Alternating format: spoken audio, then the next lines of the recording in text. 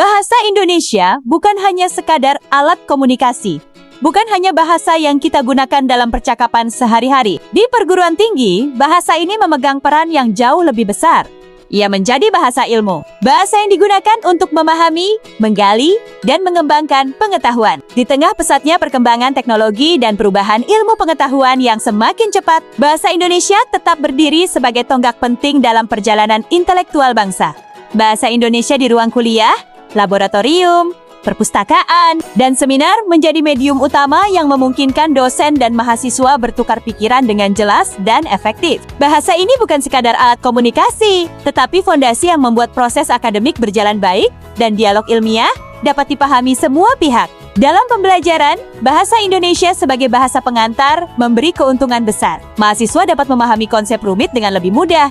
Karena disampaikan melalui bahasa yang dekat dengan pengalaman mereka, ilmu terasa lebih membumi. Gagasan berkembang lebih bebas, dan hambatan linguistik berkurang sehingga fokus belajar tetap pada pemahaman materi. Dalam penelitian, bahasa Indonesia berperan vital karena memungkinkan peneliti mendiskusikan temuan, berbagi data, dan menafsirkan hasil riset dengan jelas. Penelitian menjadi lebih inklusif dan kolaboratif, karena mahasiswa dari berbagai disiplin dapat bertukar sudut pandang tanpa terhambat perbedaan istilah. Bahasa Indonesia pun menghubungkan cabang ilmu sehingga riset multidisiplin berjalan lebih lancar.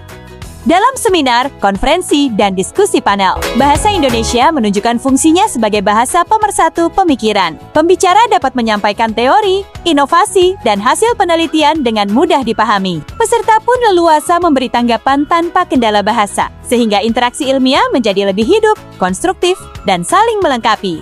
Selain fungsi komunikatif, bahasa Indonesia berperan strategis dalam membangun identitas intelektual bangsa dengan menulis, meneliti, dan berdiskusi dalam bahasa sendiri. Mahasiswa dan dosen menunjukkan bahwa pengembangan ilmu tidak harus bergantung pada bahasa asing. Perguruan tinggi melatih generasi muda berpikir kritis dan menyampaikan penemuan secara sistematis.